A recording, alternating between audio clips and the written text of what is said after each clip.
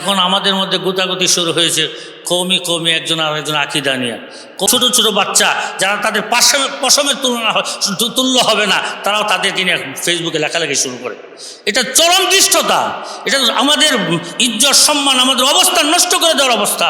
এই ভাইরাল কেমনে হওয়া যাবে এই চিন্তা করি, কিভাবে সুর দিয়া মানুষকে একটু খুশি করা যাবে সেই চিন্তা করি, কিভাবে টেকনিকে কিছু পয়সা বেশি আদায় করা যাবে সেই চিন্তা করি। এখন আমাদের মধ্যে গোতাগুতি শুরু হয়েছে কৌমি কৌমি একজন আর একজন আকিদা নিয়ে। কৌমিতে যারা লেখাপড়া করে দেওয়া পর্যন্ত পড়ে, ওদের আকিদা নিয়ে প্রশ্ন করার সুযোগ আমার জানা মতে থাকার কথা না। তারপরেও কেন? তারপরে হলো এটা একজনের বক্তব্য, হয়তো তারা শুনে নাই অথবা বোঝার শক্তি তাদের হয় নাই, যে কারণে তারা বিভিন্ন সময় বিভিন্ন মন্তব্য করে নিজেদের মধ্যে ফাটল সৃষ্টি করার চেষ্টা করে।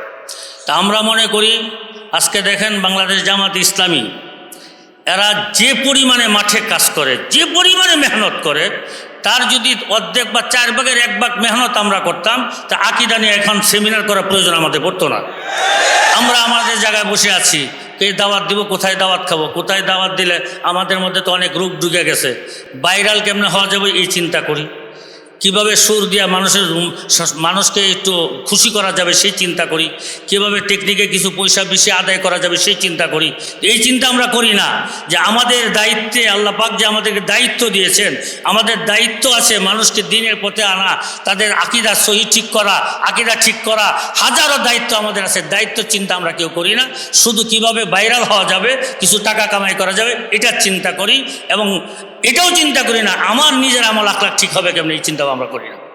তা আমি আজকে যারা রাবেতার সাথে সম্পৃক্ত আছেন, আল্লামা মামুনুল হক সাহেব, আব্দুল বাসেদ খান সাহেব, আমার দোস্ত খালেদ সাইফুল্লাহ আইয়ুবী এবং হাসান জামিল সাহেব, তাদের দিকে তাকান। যদি সব কিছু ঠিক করতে চান তা তাদের আমলের দিকে তাকান, তাদের এলেমের দিকে তাকান, তাদের চালচলনের দিকে তাকান, তাদের সব কিছু অনুসরণ করেন, তাহলে আশা করি আপনার আমার সব ঠিক হয়ে যাবে। এই জন্য বড়দের সাথে আজকে আমিন সাহেব নাই, শাহুল আদি সাহেব হুজুর নাই।